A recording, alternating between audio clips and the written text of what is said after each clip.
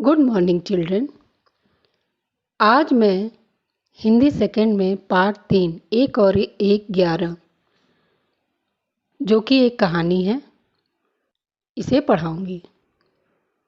बच्चों, इस कहानी में जीव जंतुओं के माध्यम से एकता के महत्व को दर्शाया गया है। जीव जंतुओं के बारे में आप तो जानते ही होंगे। इस कहानी में चिड़िया, भौरे, मेढक, कठफोड़वी तथा हाथी आदि जीव जंतुओं ने भूमिका निभाई है। अब मैं आपको पाठ पढ़ते हुए इसका अर्थ समझाऊंगी। आपको बहुत ध्यान से सुनना है, फिर एक बार अच्छी तरह सही उच्चारण करते हुए इस कहानी को पढ़ना है। चलिए शुरू करते हैं। बनगिरी के घने जंगल में एक हाथी ने भारी उत्पात का अर्थ होता है उपद्रव, मचा रखा था। वह अपनी ताकत के नशे में चूर होने के कारण किसी को कुछ नहीं समझता था। हाथी एक ताकतवर जानवर होता है, तो उस हाथी को अपनी ताकत पर बहुत घमंड था, इसलिए अपने आगे वो किसी को कुछ भी नहीं समझता था। बनगिरी में एक पेड़ पर एक चिड़िया व चिड़े का छोटा सा सुखी संसार था, अर्थात दोनों एक दूसरे के साथ प्रेम पूर्वक रहते थे। चिड़िया अंडों पर बैठी नन्हे नन्हे प्यारे बच्चों के निकलने के सुनहरे सपने देखती रहती, अर्थात चिड़िया ने अंडे दिए थे, जिससे कुछ ही दिनों में उसके नन्हे नन्हे प्यारे बच्चे बाहर आने वाले थे। चिड़िया बार बार यह सोचकर बहुत खुश रहती थी। एक दिन क्रूर हाथी, क्रूर का अर्थ क्या होता है? भयानक। हाथी गरजता चिंघाड़ता पेड़ों को तोड़ता मरोड़ता उसी ओर आया, अर्थात जहाँ चिड़िया रहती थी उसी ओर सब कुछ तहस नहस करता हुआ एक भयानक हाथी आया। देखते ही देखते, अर्थात कोई बचने की कोशिश करता, इसके पहले ही उसने चिड़िया के घोंसले वाला पेड़, यानी जिस पेड़ पर चिड़िया ने अपना घर बनाया था, उसे भी तोड़ डाला।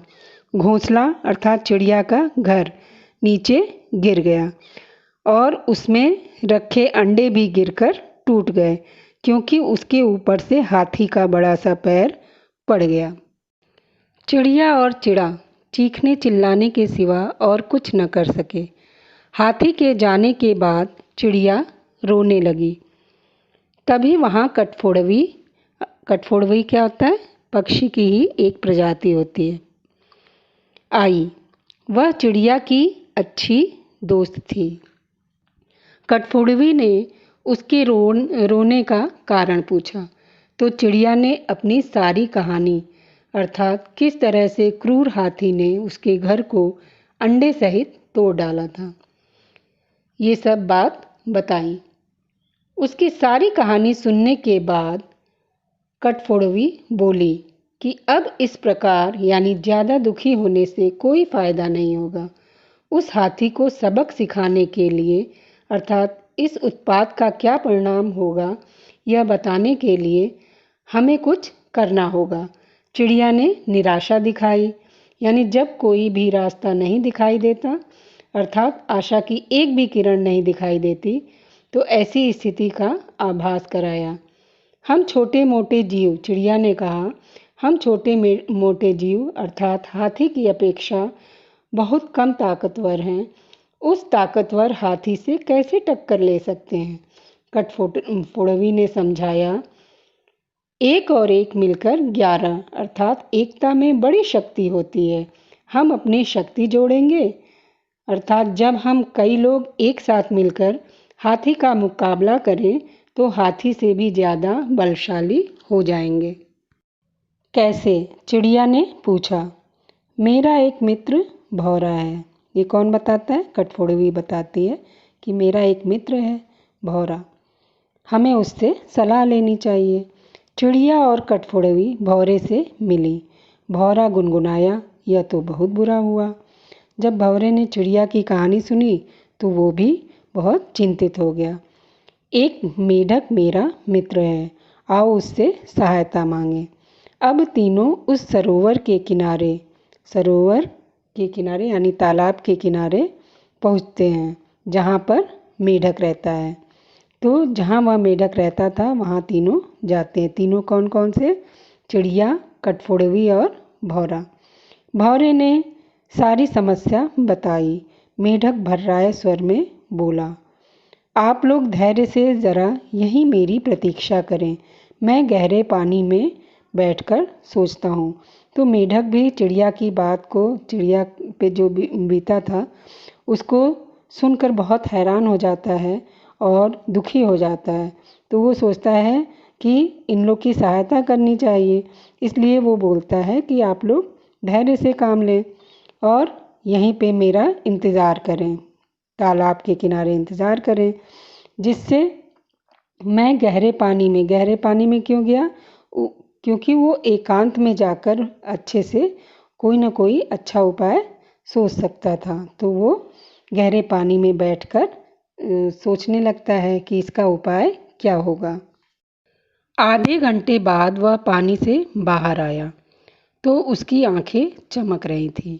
वह बोला, दोस्तों, उस हाथी को सबक सिखाने के लिए मेरे दिमाग में एक अच्छी योजना आई है। जब वह मेढक पानी में कूद जाता है और वह वहाँ सोचने लगता है कि इसका क्या उपाय होगा, तो सोचते सोचते उसके दिमाग में एक बहुत ही अच्छा उपाय आ जाता है कि किस तरीके से हाथी को सबक सिखाया जाए। उसमें तो वो बताता है कि मेरे दिमाग में एक अच्छी योजना आई है, उसमें सभी का योगदान होगा, यानी हम सभी मिलकर उस हाथी को सबक सिखाएंगे। मेढक ने जैसे ही अपनी योजना बताई, यानी जो उसने सोचा था वो सब सारी बातें उन सब के सामने बताई, सब खुशी से उछल पड़े। सबको अच्छा लगा उसका उपाय, इसलिए वो बहुत खुश हो गए। योजना सचमुच ही अद्भुत थी। अद्भुत का क्या अर्थ होता है? आश्चर्यजनक। तो जो योजना मेढक ने सोची थी वह आश्चर्यजनक थी। मेढक ने दोबारा बारी बारी सबको अपना अपना कार्य समझाया। तो मेढक ने उस योजना के अनुसार जो जो काम करना था जिसको, वो सबको समझा दिया। कुछ ही दूरी पर वह उन्मत्त का अर्थ पागल, हाथी तोड़ फोड़ मचाकर वह पेट भर कोंपलों वाली शाखाएं खाकर मस्ती में खड़ा झूम रहा था। जब उसका पेट भर गया तो वह मस्ती में झूमने लगा। पहला काम भौरे का था, यानी जो उपाय मेढक ने बताई थी उसमें से सबसे पहला काम किसका था? भौरे का। वह हाथी के कानों के पास जाकर मधुर राग गुंजाने लगा। राग सुनकर हाथी मस्त होकर आंखें बंद करके झूमने लगा। तभी कठफोड़वी ने अपना काम कर दिखाया। वह आई और अपनी सुई जैसी नुकीली चोंच से तेजी से हाथी की दोनों आंखें बींध डाली अर्थात क्या कि छेद दी। हाथी की आंखें फूट गई। जब नुकीली चोंच से उसने बहुत तेजी से हाथी की आंखों पर वार किया तो उसकी आंखें फूट गईं। वह तड़पता हुआ अंधा होकर इधर उधर भागने लगा। दर्द के कारण वो बहुत ज़्यादा परेशान हो गया, जिससे वह इधर उधर भागने लगा। जैसे जैसे समय बीतता जा रहा था हाथी का क्रोध बढ़ता जा रहा था। यानी जब कोई चोट लगती है और जैसे ही लगती है तो उसका जब दर्द बढ़ता जाता है तो बहुत गुस्सा आती है कि क्या हो गया, ये कैसे हो गया, है ना। तो इसी तरीके से हाथी का क्रोध बढ़ता जा रहा था कि ये किसने कर दिया, इतना दर्द मुझे दे दिया। एक तो आँखों में जलन और ऊपर से चिल्लाते चिंघाड़ते हाथी का गला सूख गया। उसे तेज प्यास लगने लगी। अब उसे एक ही चीज़ की तलाश थी। बच्चों, जब प्यास लगती है तो हम पानी पीते हैं, तो इस तरीके से हाथी भी जब चिल्ला रहा था बहुत ज़्यादा तो उसका गला सूख गया, जिससे वो सोच रहा था कि मुझे पानी मिल जाए, तो वो पानी खोजने लगा। मेढक ने अपने बहुत से बंधु बांधवों को इकट्ठा किया।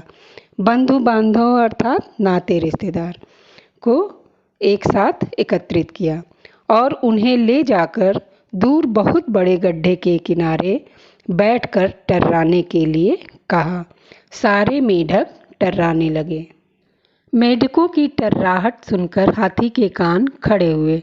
जब हाथी ने मेढकों की खूब सारी आवाज़ें एक साथ सुनी तो वह ध्यान से सुनने लगा कि आखिर ये आवाज़ कहाँ से आ रही है। वह यह जानता था कि मेढक जल स्रोत के निकट ही वास करते हैं। स्रोत यानी जल की धारा, जहाँ पानी बहता रहता है, वहीं मेढक रहते हैं। वह उसी दिशा में चल पड़ा। तो हाथी यह सुनकर कि जहाँ से मेढकों की आवाज़ आ रही थी उसी तरफ हाथी चलने लगा कि जल्दी से वहाँ जाएंगे तो पानी मिल जाएगा। टर्राहट और तेज होती जा रही थी। प्यासा हाथी और तेज भागने लगा। जैसे ही हाथी गड्ढे के निकट पहुंचा, मेढकों ने पूरा जोर लगाकर टर्राना शुरू किया। हाथी आगे बढ़ा और विशाल पत्थर की तरह गड्ढे में गिर पड़ा। तो जैसे जैसे हाथी निकट जा रहा था, मतलब पास में जा रहा था मेढकों की आवाज़ें सुनकर, वैसे वैसे मेढकों की आवाज़ बहुत तेज आ रही थी।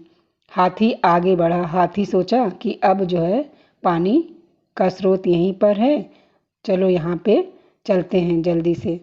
तो एक विशाल पत्थर की तरह हाथी जो है ऐसे गिरता है जैसे लगता है एक बहुत बड़ा पत्थर किसी गड्ढे में गिर गया हो। इस प्रकार उस अहंकार में डूबे हाथी को सबक मिल गया। उसने सभी से क्षमा मांगी और जंगल छोड़कर चला गया। जब वो गिर गया तो उसे समझ में आया कि मैंने जो गलती की थी उसकी सज़ा मुझे मिली है, इसलिए वह सबसे माफ़ी मांगता है। चिड़िया कृतज्ञ। कृतज्ञ का अर्थ होता है किए का उपकार मानने वाला। स्वर में मेढक से बोली, भैया मैं आजीवन तुम्हारी आभारी रहूँगी। तुमने मेरी बड़ी सहायता की। अर्थात मैं अपने पूरे जीवन में तुम्हारे द्वारा किए गए इस उपकार को कभी नहीं भूलूंगी। मेढक ने कहा, आभार मानने की ज़रूरत नहीं, मित्र ही मित्रों के काम आते हैं। अर्थात मेढक के कहने का तात्पर्य यहाँ ये है कि इसमें एहसान मानने की कोई ज़रूरत नहीं है, क्योंकि सच्चा मित्र वही होता है जो मुसीबत में अपने मित्र की सहायता करे। इसलिए मैंने तुम्हारी सहायता की, इसके लिए कोई एहसान मानने की ज़रूरत नहीं है। बच्चों, इस कहानी से हमें यह शिक्षा मिलती है कि एकता में शक्ति है। इसे अब आप बहुत अच्छी तरह एक बार अपने से उच्चारण सहित पढ़ेंगे। फिर इसमें जो भी कठिन शब्द आए हैं उनको आप नोट करके सुलेख की कॉपी में अच्छी हैंडराइटिंग में लिखिएगा, क्योंकि डिक्टेशन 2 इसी पाठ से आएगा। तो आपकी डिक्टेशन 2 की भी तैयारी हो जाएगी। ठीक है, धन्यवाद।